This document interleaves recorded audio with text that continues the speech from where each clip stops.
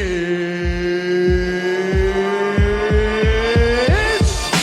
time!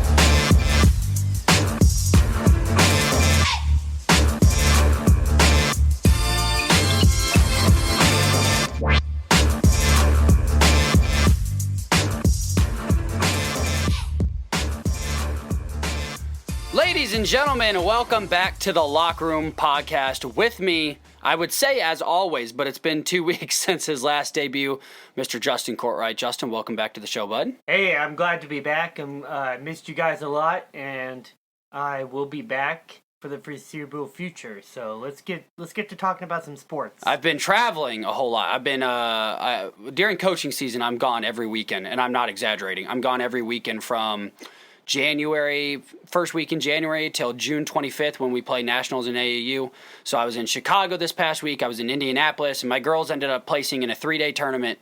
Second out of 52 teams. We lost in the championship match, but man, it was a fun, very, very busy weekend. So glad to be back in Nashville. I was really hoping the weather would be different here because it was 17 and snowing up there, and then I came home to 21 and snowing, or sleeting, they would call it down here. So that's not a lot of fun. But we're finally back in studio, looking at each other eye to eye. And the first thing we started arguing about that we said this is going to open up the show is the NBA All-Star break. Now, more specifically, not the All-Star game, but the All-Star, like the skills challenge, the three-point contest, and the dunk contest. Because, I'm sorry, it was one of the most atrocious things that I've watched put on by the NBA. And I've watched the Pelicans and Hornets play on a TNT Thursday night game. We both agree, I think, Justin, that the All-Star game has finally been fixed. Like, back when Kobe and all those guys, Kobe and Tim Duncan, they would go at it. Back when, Jordan in his era, they all would go at it, and it was a blast. But for a while, we got stuck in this lull where it was first one to 312 points, at the end of the fourth quarter would win 312 to 311. But now there's incentives at the end of each end of each quarter and the half, where they give money to charity, so it seems like there's more for these guys to play with, or play for, I should say. And then, it's a score of 163. Winner of 163 takes the cake. What are your thoughts on the overall format? Because I'm pretty sure we agree on that. Oh, yeah. I mean, the format, the way it is designed and everything like that, it's great. You can even see it in the intensity that the guys bring in the new format. You can see how they ramp up at the end of quarters. And then, of course, you can see how competitive it gets when they're trying to hit that target score at that fourth quarter. So, I love it. And I hope it stays this way for the foreseeable future. And we'll have to see how it goes. All right, now I'm a fan of, so we agree on that, but where we disagree, and we had a heated argument, I would say, earlier. First off, the skills challenge and all that, like, the celebrity game was trash after Kevin Hart, left it for the last 4 years. And it was just more so fun because he was hilarious. But, like, I can do away with all that. Do away with the celebrity all-star game, I don't care. Do away with the rising star games because most of the time it's not a whole lot of fun. When Zion was healthy and he was going back and forth, that was fun with him and Ja. But other than that, I'm fine with doing away with all that. Burn it to the ground. What pisses me off, though, is the skills challenge is boring as hell. The three-point contest is the only exciting thing, to be honest, that I look forward to. Yeah. And the dunk contest hasn't been good for 4 years. So, there's got to be something that the NBA has to do. I don't know what these changes are, but I think that's kind of what we're here to discuss. Listen, I'm all for bringing back the horse challenge, by the way. Watching Kevin Durant bomb from half court. I forget who he even played against. And you're anti-horse competition. The reason why you don't remember who played in that? Because no one cares about the horse game. That is the single-handedly the worst idea the NBA has ever had in their entire life. Who in the hell wants to play horse on All-Star Weekend? It's kind of funny. It was... That was all the way back when KD was in OKC still. Oh, yeah. I'm so glad they got rid of it. Because I do not want to sit there and watch two guys play horse for 30 minutes. Listen, I don't know why, but I loved it. I thought it was awesome. anything was better than the dunk contest at this point, because the dunk contest is the worst part of All-Star Weekend now. I mean, look at Shaquille O'Neal's face, too. Like, Shaquille O'Neal's face he's shaking his head and not even interested in the dunk contest. It's gotten so bad. It took him 7 tries to get it finally down after.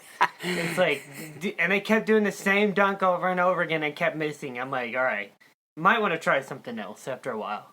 Like, what happened to... Because we grew up with great... I would say we were spoiled a little bit with our dunk contest. Remember, like, Nate Robinson versus Dwight Howard, Superman versus Kryptonite. Like, Blake Griffin jumping over the Blake car. Griffin jumping over the Kia.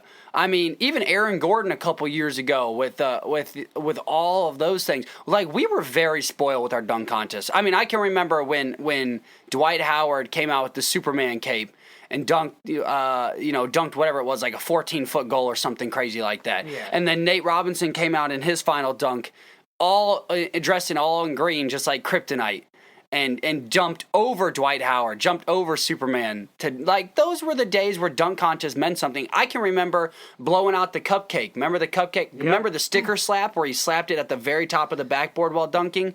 I mean, I can remember great dunk contests, and it used to mean something. It used to have guys like Michael Jordan participating. It used to have big names. Like, how do you fix that? How do you get these guys like Ja, like Zion? How do you get big? Well, if Zion ever comes back and doesn't eat himself to death, how do you get guys like that to come back? Well, first you got to be like, all right, if you're not the top 5 player on your team, you probably shouldn't enter the dunk contest, which is exactly what we had this time. We had a bunch of, we had a rookie, we had a Cole Anthony who plays for the Orlando Magic. Well, when is the Orlando Magic any good? So it's got to be bigger stars have to get there, and I don't know what the answer is to get them to do it. You could tell Ja when they asked him about it, he just was disinterested and not wanting to do it. So I don't really know what the answer is to get these stars interested in competing in the dunk contest, but it's got to change because it is single-handedly the worst part of All-Star Weekend. And that used to be the best part of All-Star Weekend. That's why they keep it for last. We all would wait up till 11:30 at night or midnight and watch the dunk contest. I mean, we would gather. My dad, who's not really a massive sports guy, our dad, but Dad, who's not a sports guy, he would watch the dunk contest. Yeah. And here's what kind of throws me off about it is Steph Curry, he plays in the three-point competition. Klay Thompson, plays in three-point competition. Like, big-name guys will do the three-point contest, and big-name guys will even do the skills competition. But I don't understand where's that disconnect now in the dunk contest where we can't get big-name guys, to perform in it. That's what's bothering me. Yeah, I mean, they've got to keep it. They got to put it first from now on. They've got to. If it's going to stay this bad, it has to. It's got to be the first one that they have to have. The 3-point competition is the very last competition of the night because it's the most exciting. I loved the 3-point contest this year. I thought it was really exciting, and you got to see a lot of great shooters. And they all competed pretty well. And you know what I want to see? I really enjoyed it. I want to see I want to see a 3-point competition, but it's nothing but bad shooters. It's like Ben. It's like Ben Simmons. I like that. Like, give me just like really bad shooters. I'm trying to give me like year 1 Lonzo Ball. Give me Ben Simmons. Give me Giannis Antetokounmpo. Give me Giannis, which, I mean, Giannis has gotten better this year, but give me Giannis Antetokounmpo. Give me like just bad shooters and just see who can be the best of the worst. Yeah, I don't know, do something. Like, the skills competition for me is so boring too. Like, yeah, it like they kind of just jog through it, or like even the team competition stuff, like where they bring out a WNBA player and they always make her shoot the layup. Like, I don't know. Do trick shots. Do like pig, but it's well. I don't know if you can say, is pig politically correct anymore at this point? Like, who knows? Yeah. Yeah. I think you have to say police officer. But no. Like, do trick shots. Do like the reason people still fill out stadiums to watch the Harlem Globetrotters is because at least they're entertaining. Like, they're dressed like clowns, and like the NBA acts like a bunch of clowns. Like, at least the Harlem Globetrotters have bright, colorful uniforms and they have fun and they're doing crazy trick shots. I don't know. Something has got to spice up All-Star Week because besides the All-Star game, everything else has started to suck. And the three-point competition is the only thing people are actually looking forward to now. So I agree with you. Why not throw the three-point competition at the end? And then as far as dunk contests, I don't know if we do the same thing that they've done for the All-Star game, which is have incentives, have people, we'll donate money for your charity, we'll build 3 homes in, Kazakhstan. I don't even know. Like, do something to get these guys. Also, like, I think that's where it's going to go. They're going to have You're to gonna start have to. incentivizing these guys to be in these types of challenges just because they need star power in the dunk contest and need more star power in the skills competition as well. I mean, even though I kind of liked how they did the skills competition this year, they had the rookies, they had all the Giannis brothers who, that was rough. And then they had the whole Cleveland team. So I kind of liked how they did it for the skills competition this year. They have to continue that, I think. But the dunk contest is the main thing that has to change. And Adam Silver has to get involved and has to do something to he's got to make it worth their while. Like, I don't know if it's a diamond ring. I don't know if it's charity. I don't know what it's for. He's got to find something, and that's where you can tell that he's so out of touch with his league. And for all that I hate about Roger Goodell is I do feel like he's still pretty much in touch with the league. Whereas like Adam Silver just seems so out of touch in the NBA, doesn't really know what he's doing. He lurks around like the Slender Man. Like by far, Roger Goodell is way better of a commissioner for their sport than Adam Silver. And so, I don't know. He's got to get involved and change something because I'm not going to lie. I'm in my hotel room, and I literally turned it off. After the third dunk, I was just like, it's the same stuff we've seen every year. No one's being inventive. No one's got any fun, creative dunks. Like Blake Griffin, when he was jumping over Kias and creating his dunks, like he went to like a dunk lab where they trained for like a week on certain dunks with dunk specialists, and now they're just like, go out there and dunk. Like, it's just, I don't know. That's just something we were griping back and forth about. Well, let's stay in the NBA here because I know you wanted to talk about our top 5 contenders. I talked a little bit about it either last episode or the episode before about my top 5 contenders and why. But let's kind of just go back and forth. You give me, we'll start from 5 to 1. So 5 being, of course, your least favorite, but 1 being your most favorite. And let's just go back and forth here. At 5, who you got as your top 5 contender right now? At 5, I've got the Dallas Mavericks. I just believe Luka is playing so much better after Porzingis left. And he's I think he's averaging 41 points since Porzingis left. And you could obviously see that was the issue in Dallas, and I think they have rectified it as long as they got Spencer Dinwiddie. I like him as a player, and so they would be my 5th team in the power rankings. Well, that's what I said. Actually, I talked about that. I said Dallas for me is like a poor man's version of the Splash Brothers, because now you add Spencer Dinwiddie, you've got Luka, you've got literally a team filled with shooters. And they're smaller guards, so it's going to be heavy guard play. I like Dallas quite a bit. I think they're super dangerous, and actually that's funny that you say that because Dallas is my top 5, is my number 5 as well in my top 5. I think Luka in the playoffs is going to be a headache for absolutely anybody because it's Luka Doncic, but I'm going to go 5 as my Dallas Mavericks as well. Who's your 4? 4, you got to go with Memphis right now. Memphis, Ja Morant is leading Memphis to the 3rd best record in the West, and we all know how hard the West can be and how hard the West is this year. So he's got that team rolling right now, and we'll see how they finish the season, but I'm going to go Ja Morant and the Memphis Grizzlies for number 4. So at my number 4, this one's tough for me because I talked about how much I hate this team all the time, and I do hate them. But at number 4, I'm going to go the Golden State Warriors. I think if Draymond can come back healthy, that's a massive question mark. And a lot of people don't think that he would be that big of an impact factor in the playoffs. That's where I think they're dead wrong. Draymond Green has to come back healthy in order for this team to be successful because they need that piece that can play defense, can rebound, but also can make decisions. He's a very good a very underrated decision maker. Draymond Green comes back. Klay Thompson still has not looked like Klay Thompson. For as much as we wanted Klay Thompson to come back and drop 65 a night and be that second splash brother, I think right now he may be the splash son. He's definitely not a brother. I don't know. He's the splash cousin right now. He's not where he needs to be.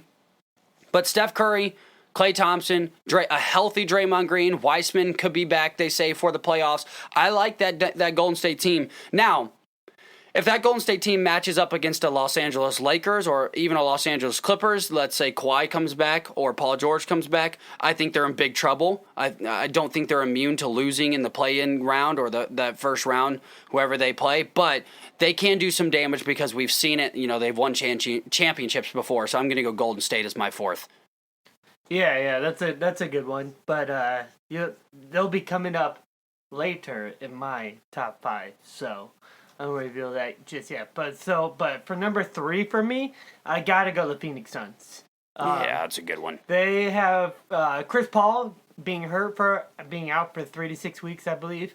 That's gonna hurt him just a little bit. But I think they're gonna be able to stay afloat while he's gone, and they're gonna continue to win. And I think they'll be one of the top teams in the playoffs this year. The problem is when Cameron Payne's coming off your bench, yes, it hurts to not have Chris Paul, but at the same time, the Phoenix Suns are the best roster in the NBA. They're complete top to bottom. They've got defenders, they've got shooters, they've got a big man, a top 5 big man, arguably, in the league, and Ayton. I mean, you've got a lot of pieces there. That's a great. I mean, they're further up for me, but I think Phoenix is a very, very, very dangerous team. For my third team, I'm going to go with the Philadelphia 76ers.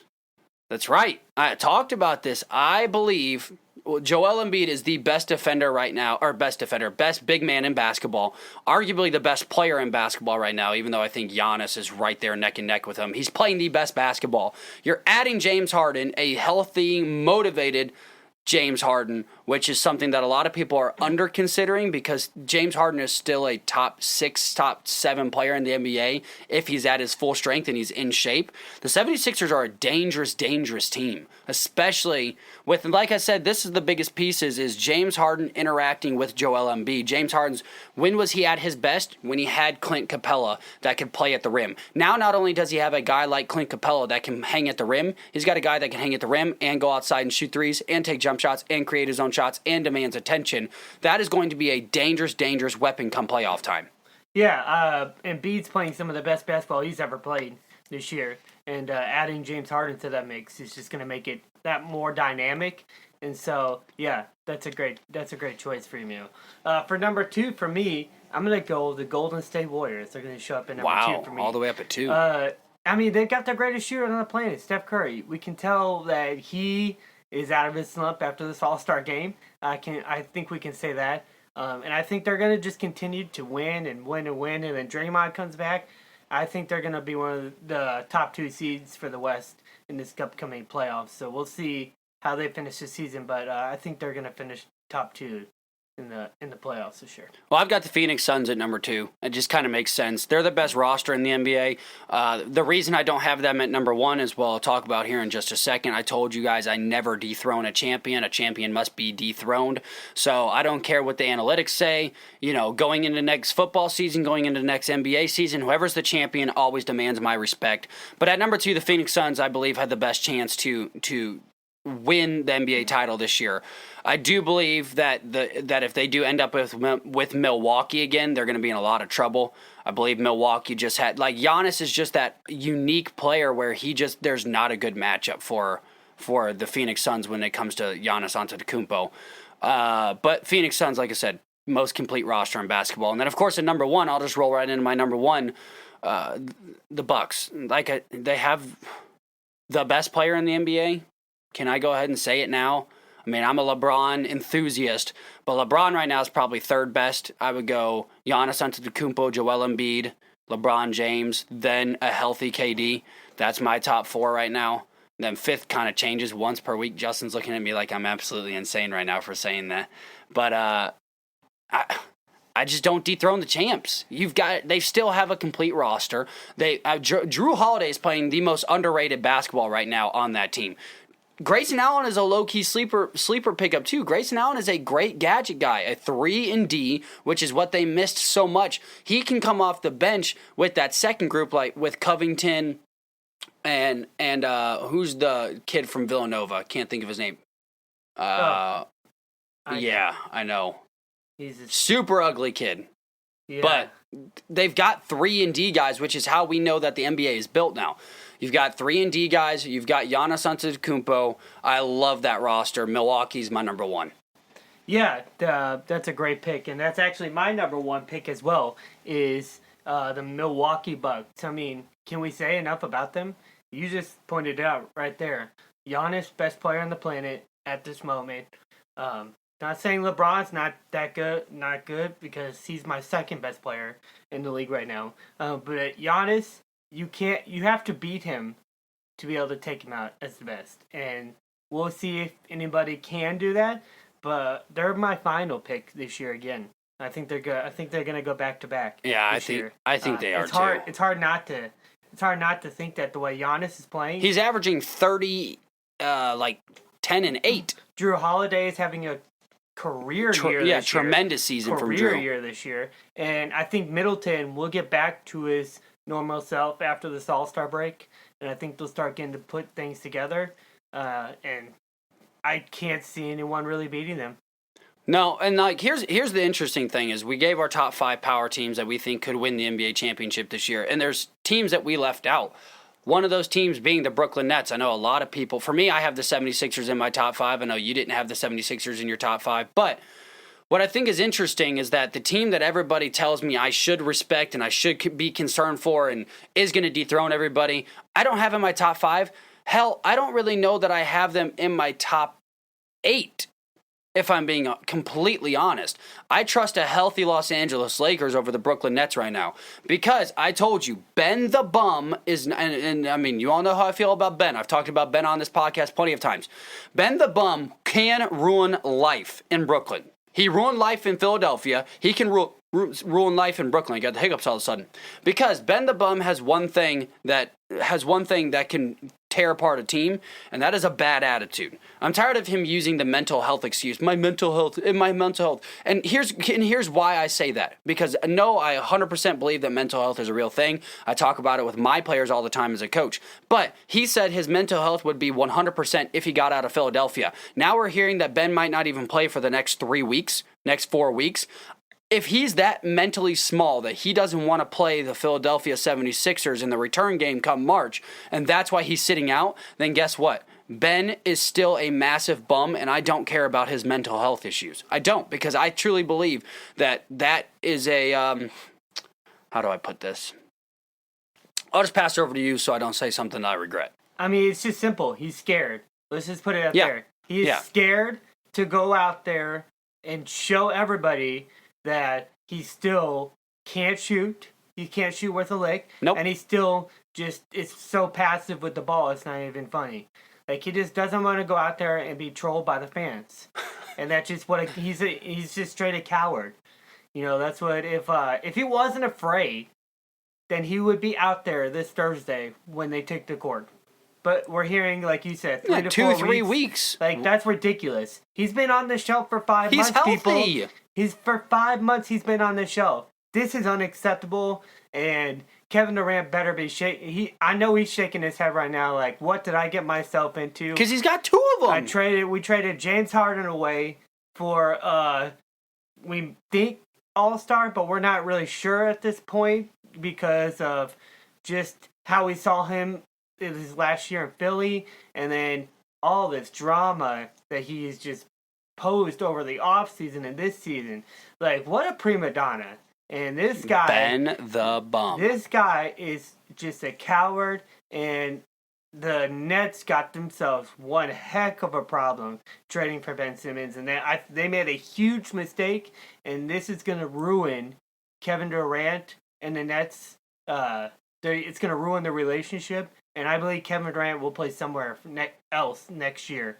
I believe he will play for the New York Knicks next year. First off, he should be on to the Knicks in the first place. But they have two problems. It's not just Ben the bum. You have Kyrie. You have crazy Kyrie. Like, here's the deal. I told you, I understand, like, Kyrie Irving, he doesn't want to get the vaccine for his own personal reasons. That's on him. I told you, I at least respect that he's not, he didn't just go get it the week later. But here's my problem is the Nets allowed him back into the organization. They've allowed him to have a platform again. They've allowed him to have a voice again. So instead of him just sitting at home, taking care of his own personal issues and taking care of his own personal mandate and mask mandate and vaccine mandate preferences, he's running his mouth saying, we about to come back, we about to run through this league. You can't say you're going to run through a league when you play 5 games. You're going to play 5 games. No, I'm sorry, it's 8. He will play 8 games before the playoffs. And you're coming out talking to me and being like, that's like the bench player of a championship team coming out and going, we going to smack you. It's like, no. Giannis is going to smack me. You're going to hand me Dante DiVincenzo, that's his name. Dante DiVincenzo's going to hand me a water bottle. Like, stop coming up and with all this base Kyrie when you're going to be playing 7 games. And not only do you have crazy Kyrie, you have Ben the Bum, who's going to be a mental distraction and a problem for KD. The problem that KD is going to have is KD is going to be relied on to carry everybody on his back, and we have only seen 2 players in the history of this game ever carry an entire team on his back. Yeah, no doubt. And someone else may give Ben that water, giving Giannis that water because DiVincenzo plays for Sacramento, but that's okay. When did he move to Sacramento? Someone's going to in the trade deadline, but someone's going to give Giannis his water. Yeah, either way, Giannis is getting water. It's the last man on the bench, so you just better have his water ready when it comes to If I'm being honest, I would like to be the last man on an NBA bench. Yeah, sign me up in a heartbeat. Yeah. Can NBA teams hear me out there? I'm ready. Let's do this. Sign me for a contract. I'll come in for a workout. Listen, it's like, what's that Daniel Tosh joke where he goes, remember when people were trying to tell Brett Favre to retire? And he's like, how much am I going to make this year? Over $1 million? Yeah, they can go screw themselves. no He's doubt. like, not good enough to be a starter. You can be a backup. What's that pay? About $1.5 million. He's like, yeah, I think I'll do that as well. Yeah, but you're totally right. Kyrie, what in the world is this guy doing? If I was his teammate, I would be vocally and very upset with the organization itself for letting Kyrie come in to be a part-time player. Just think of it in your daily lives at your work. If you had a part-time employee, but he was getting paid more than you. If he was getting paid more than had you, leadership capabilities over you, and he had a voice in the organization, and he only played maybe 10% of the games, 15%, let's just say. Well, he sat out the whole first half of the year. What on earth would be your first thought about Kyrie? I would think he's a self-centered jerk and that he doesn't deserve to be out there with me because I'm putting my body on the line every night while he puts it on. Let's say every other 5 nights, and he gets to play. If he wants to. Yeah, if he wants to, and then you get whatever you get for that game, and you're another 5 games go past. Okay, he's back again. Another 5 games. So, I mean, this it's ridiculous. this podcast knows how I feel about Kyrie Irving and Ben the Bum. All right, let's get off the NBA. I told the folks that we wouldn't talk much more about football for a couple weeks just to give them a mental break. But I do want to, Aaron Rodgers, of course, has already made the headlines in the football season just ended. Because, this is what Aaron Rodgers does. Aaron Rodgers makes headlines because he's Aaron Rodgers. So let's talk about Aaron Rodgers for a second, and then we're going to end on a really fun segment that you'll have to wait and see. All right, so Aaron Rodgers, is he gone first and foremost? Man, that is the question. I would say personally, in my heart of hearts, I would say he's back. But with Aaron Rodgers, he is literally the most unpredictable person on this planet. And so I have no clue. I could see him quitting football and going and being a hippie somewhere, because I researched what he did for his little cleansing thing that he did for 12 weeks after after him and his girl broke up with him. And it's a hippie. It's what hippies did back then. And so I would not be shocked at all if he just says, I'm done, I'm moving to Canada, and I'm going to tent out in the woods there for the rest of my life. I wouldn't be surprised with that. I wouldn't be surprised if he came to Packers and said, all right, 6 years, $100 million. Done. So at this point, I would, in my heart of hearts, I think he will be back with the Packers. But it's just, he's one of the most unpredictable players, and so I really don't know. But no, I'm done. He's not coming back to Green Bay. He's done. He's caused too much drama. There was too much drama in the offseason. They put Band-Aids, duct tape, insulin. They put as much stuff as they could over the wound as possible this season. They drug through the whole year, and they still came up short, of course. I think they just realized how bad Jordan Love was. And that's the thing is that why, and this is why I just can't stand the Packers organization. You don't go get a replacement that you don't even believe in, because the word coming out now is that they didn't even really believe in Jordan Love at the beginning. So you didn't believe in him at the beginning, but you go ahead and draft Aaron Rodgers' replacement, who you don't really believe in, to piss off Aaron Rodgers. Now Aaron Rodgers causes so much drama in the offseason, calls everybody all kinds of names, says he wants this person fired, that person fired. Then he comes and plays for for this season. They still come up short. There's no way. This is like going back to that toxic girlfriend, and that you're like, well, she only stabbed me once. It's like, no. One stab is enough, guys. Walk away. Just because she's hot, just because she has hot friends, does not mean you stay with her. So Aaron Rodgers has got to get out of Green Bay. He's done. There's no way he can come back and that relationship be healthy. There's no way him and Matt LaFleur don't kill each other if he stays. It's over. I think they give up massive draft capital, and they try and go get a quarterback, whether it's in the draft, whether they try and go get Jimmy Garoppolo. They're going to try and pick up something or somebody, but I think Aaron Rodgers is out of there. So let's base this off the premise that Aaron Rodgers is out of there, and let's say that he doesn't retire, because I still think he has too much of an ego to just walk away from the game. Whereas like Tom Brady, yes, he has a massive ego, but Tom Brady walked away, with his head held high. Aaron Rodgers, I don't think, is going to walk away for another 2-3 years, because it seems like he still has this pissing contest with all of the people in the world that he has to prove what a man he is. So let's say that he does come back. What is your top destinations for Aaron Rodgers? Well, here's the thing. A lot of people are pointing out how much Aaron Rodgers is one of the top 5 quarterbacks in the league right now. To me, he's not even in the top 7. And you can go by the numbers right now. He hasn't been past a NFC Championship game since he beat my Chicago Bears.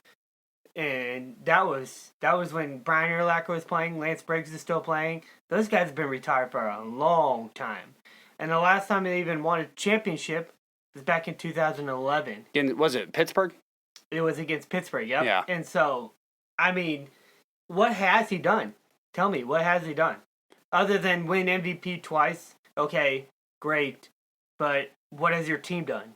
Absolutely, he's done nothing. He's come up short in every big moment. He's come short every single moment since that Super Bowl. He hasn't won an NFC Championship game. He hasn't been back to the Super Bowl, obviously. And so, he's just a colossal failure.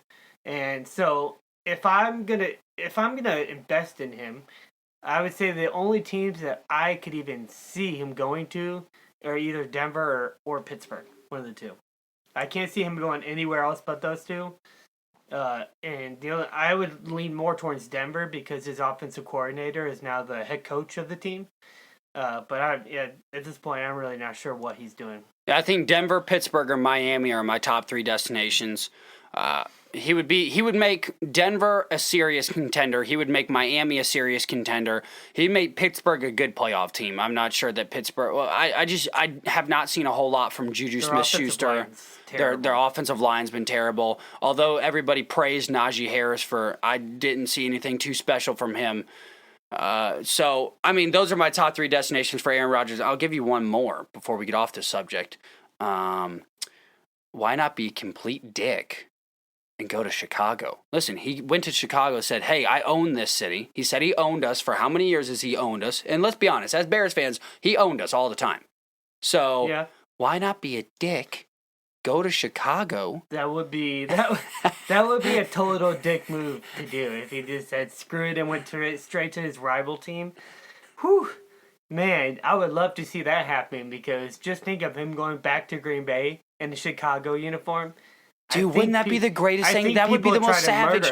If there's anybody that would do it, it's him. Yeah, he's the worst human ever. He is a pretty terrible human being. His mom doesn't like him. I wouldn't even be surprised if he did that. Honestly, with Aaron Rodgers, I wouldn't be surprised anything he does. At this point, whatever he decides to do won't surprise me in a little bit. If he retires, okay, doesn't surprise me because I saw that. If he comes back to Green Bay, I could see that. I mean, he doesn't want to beat in the AFC. Because you got to think of the quarterbacks in the AFC. You got Patrick Mahomes, Josh Allen, Joe Burrow now, Justin Herbert, Derek Carr. Like, you've got all these great quarterbacks that you have to go against. Especially if you're in the NFC West with the Broncos. You have to play Mahomes twice. You have to play Justin Herbert twice. You have to play Derek Carr twice. Like, you do not want to go to the AFC. How many good quarterbacks are in the NFC? Kyler's might be out of there. Yeah, we'll see that. Yeah, we don't know what's going on with Kyler. Yeah, Kyler Murray might be out of there. Russell Wilson, he's going somewhere. Well, where he will go, I don't know, but he's going somewhere. So, who's the next best quarterback in the NFC? It was Tom Brady. Who is it now? It's Aaron Rodgers. He owns that division. They win it almost every year. Like, why would you not go back? Why would you not go back to Green Bay and just? I know their cap is not good. They don't have much cap room, so I don't know how many players they're going to be able to keep or how many players they're going to be able to get. Because they do have to sign Devontae. They have to sign Devontae and Aaron. They signed Aaron Jones to a massive deal. Let's be honest. If Aaron Rodgers leaves, Devontae Adams is going wherever. Oh, I think so. I think so too. Now let's throw this scenario out real quick, and then we'll get off this, and we'll finish up with a fun topic. Aaron Rodgers to Indianapolis with the addition of Devontae Adams. That team not only I will put money down, they win the Super Bowl. They're the best team in the league. They're the best team by a mile, right? Yeah, and they've been coming out. Reports have been coming out of Indy that they're trying to shop Carson Wentz. Well, I heard Wentz is done. Yeah, they're done with. I mean, who's not done with Carson? They could do a Carson for Aaron trade. They'd have to probably move some pieces. I think T.Y. Hilton would finally have to be let go. But they still have Micah Parsons. If they were able to somehow finagle... Michael Pittman Jr. they'll have. Micah Parsons, excuse me. Micah Pittman. Sorry, I get those two confused. They have Micah Pittman, who was a stud this year for them. They've got Jonathan Taylor, a top 5 running back. And, ever since homeboy from New Orleans is going to prison, he's playing for the Mean Machines along with Deshaun Watson next year and Adam Sandler. Rice. And, and Henry. The Mean Machine, they are stacked this year, bro. Yeah. Deshaun at QB. You've got Henry Ruggs as the wideout. I mean, I heard he burns people. Woo! That was a joke right there. Get it? I'm sorry for that lady and her dog. I apologize. Hey, I'm just Terrible saying. Human being. Terrible human being. They would be stacked. All right, let's move off of this. And then we've got Alvin Kamara there with That's him. what I'm saying. You got Alvin and Kamara in the Adrian backfield. Peterson, hell, he got arrested. Yeah, who did he just beat? He got arrested at the airport for hitting his wife. So yeah. He's going to jail too. Guys. Man, this is crazy. And then they have a cornerback from the Armid, whatever his name is, from Ohio State. He threatened somebody with a gun, so he's going to prison as well. I wonder if Ray Lewis is still there. All right, maybe. No. Ray Lewis got evicted or cleared. I mean, maybe Ray Rice will be there. Ray Rice will be there. Ray Lewis, he punches his wife in the elevator. Yeah, remember Ray Lewis just magically murdered somebody and it just went away. Yeah. They're like, you're a really good linebacker. Randy Moss, who ran over a parking meter lady. Oh, that's right. Yeah. Guys, what's that? I just saw a comedian a couple weeks ago in Nashville, and he's like, he goes, how come kneeling in the NFL gets you more penalties than killing in the NFL? He's like, hey, you murdered those 3 people in that family. He's like, were you kneeling when you did it? He's like, no. He's like, welcome back to the Eagles. That's so true, though. It's so true. True. All right, we got a fun subject here. So, growing up, my brother and I loved the WWE. We loved wrestling. You know, John Cena was our guy at that time. Like, John Cena this was him in his prime, and, the Big Show. So, Justin was like, hey, you want to talk about wrestling? And I was like, sure, dude. I haven't talked about the WWE. I don't think ever on this podcast. While it's honestly wildly still entertaining if you ever just sit down and watch it. I mean, the last time I watched it was the SummerSlam. And I didn't realize how many references to God these people have. Like, this one guy's name was Yahweh. The Messiah. One was the Messiah. Seth Rollins calls himself the Messiah. Yeah. So, What was the other guy? AJ Styles said he was God. Yeah. So. AJ Styles comes out and he goes, "I am God." And I was like, "I'm sorry, what'd you say? Huh? What was that?" And Stone Cold flicks off people on his What was what's his name? Oh, Glorious Damien Sandow, where he had the glorious music on. Hallelujah, hallelujah, hallelujah. Yeah, like that's the one thing I didn't really, I guess, realize how many references to God that they have in WWE anymore. Like, literally, one guy's called the Lord. One guy said he is God, and I was just like, I feel like. So if that bothers you, don't watch it. Probably don't watch it. You probably do not want to tune in to the WWE because they're not calling themselves a god. They're calling themselves the God. Yeah. Just so you know, it's not, hey, I'm a God amongst men. It's no, I am the Lord Jesus Christ, your Lord and Savior. You're like, what is going on right now? Yeah. All right, so you wanted to talk about the upcoming matches going on. Yeah, I want to talk about WrestleMania that's coming up. Okay. WrestleMania. So what's going on? the big match for WrestleMania that they got. The big match they got is Brock Lesnar, champion. He's the Universal champion. Oh, okay. And then you've got the actual WWE champion. Oh, there's two different ones? And they're on that's on SmackDown. So you got the WWE World Heavyweight Champion. Okay. And that's Roman Reigns. Versus the WWE World Heavyweight Universal Champion. And that is Brock Lesnar. And so so Brock Lesnar's the champion of the world. Or the universe. He's the universe champion. And then there's a world champion. And then there's a world champion. Okay. Which is Roman Reigns. And so on WrestleMania, they're going title for title. Has that ever happened? So, like, whoever wins gets both titles? Yeah, whoever. Seth Rollins did it. They're going to be the second ever double champ, just like Conor McGregor. Yeah. The double champ does what the fuck he wants. It's my favorite Conor McGregor line. Or, no, shout out to Conor McGregor. I love Conor McGregor. My favorite Conor McGregor line is when in a press conference he went off and was basically called this guy's wife a whore and all these horrible things. And the guy said, I'm going to make you apologize. I'm going to make you apologize. So, of course, Conor beats him in the fight. Conor picks up the mic. He goes, I'd like to take this time to apologize to absolutely no one. The double champ does what he wants. Yeah, Conor McGregor is one of my favorite UFC fighters of all time. Other than, you see John Jones just got arrested. He just got released, and his fiance just left him, and I think his exact quote was, all my haters can finally light a cigarette and drink to my pain, and I was just like, oh my God. So I DM'd John Jones. I DM all these athletes and stars, and so I DM'd John Jones, and I said, you know what will never leave you? The belt. Go win it. I mean, how many times has that dude been in jail?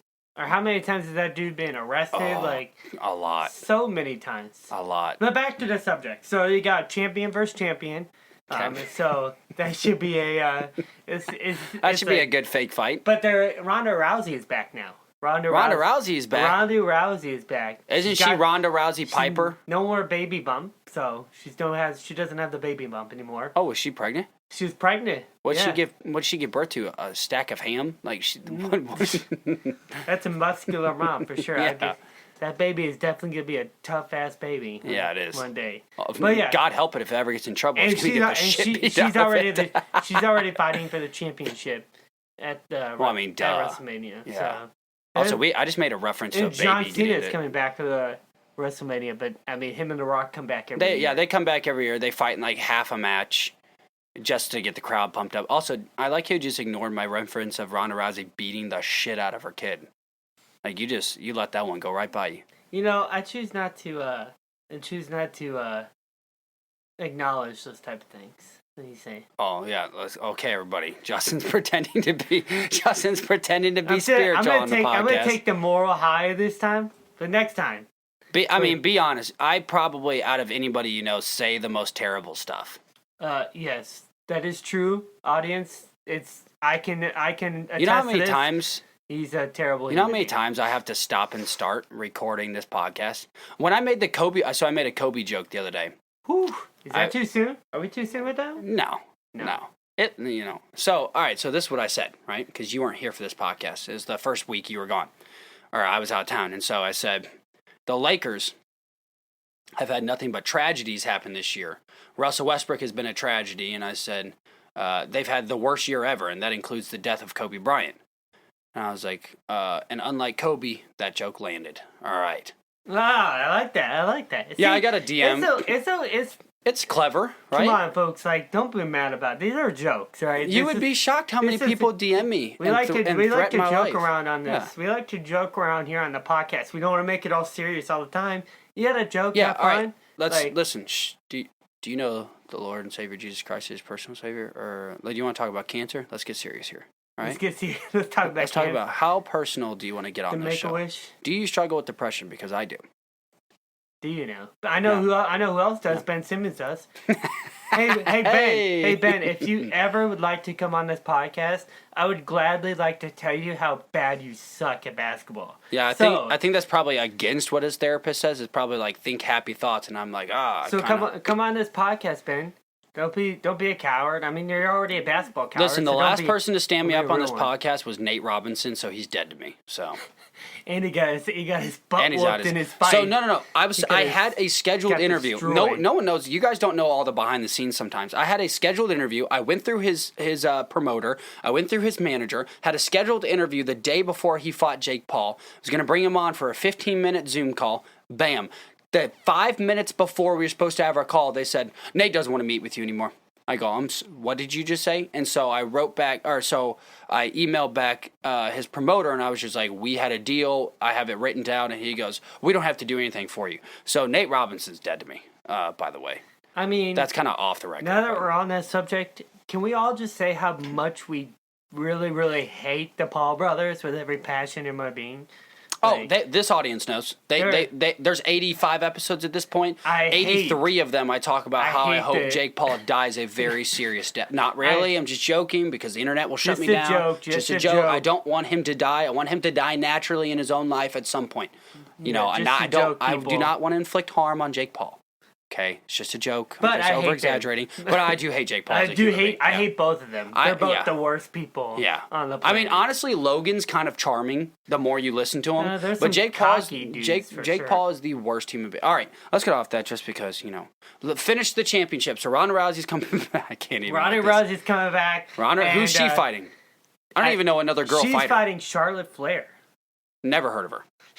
I bet you she has a lot of flair in her act. She's Ric Flair's daughter. Is she really, or is that just written into a script? No, Ric Flair is the real daughter. Woo! Is the real father of